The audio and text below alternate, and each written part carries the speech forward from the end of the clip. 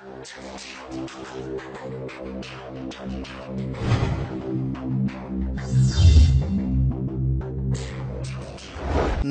Atlantic ocean road দৈর্ঘ্য ৮,২৭৪ metre বা ৫.১ mile.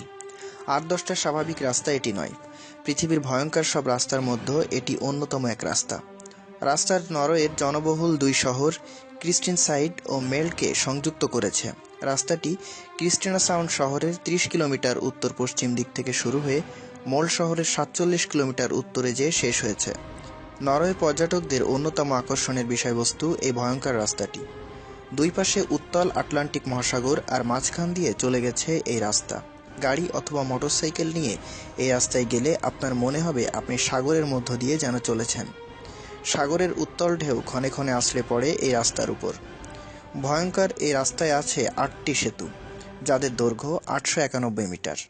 ১৯৮৩ সালে নির্মাণ কাজ শুরু হয়ে ৬ বছর পরে ১৯৮৯ সালে রাস্তাটি জনসাধারণের জন্য উন্মুক্ত করে দেওয়া হয়। রাস্তাটি নির্মাণে খরচ হয় ১২২ মিলিয়ন নরওয়ে ক্রোন বা ১৪৫ কোটি টাকা।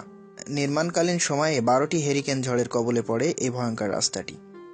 রাস্তাটির উঁচু নিচু সেতু, তীক্ষ্ণ ঢাল রাস্তাটিকে করে তুলেছে আরও বেশি ভয়ঙ্কর।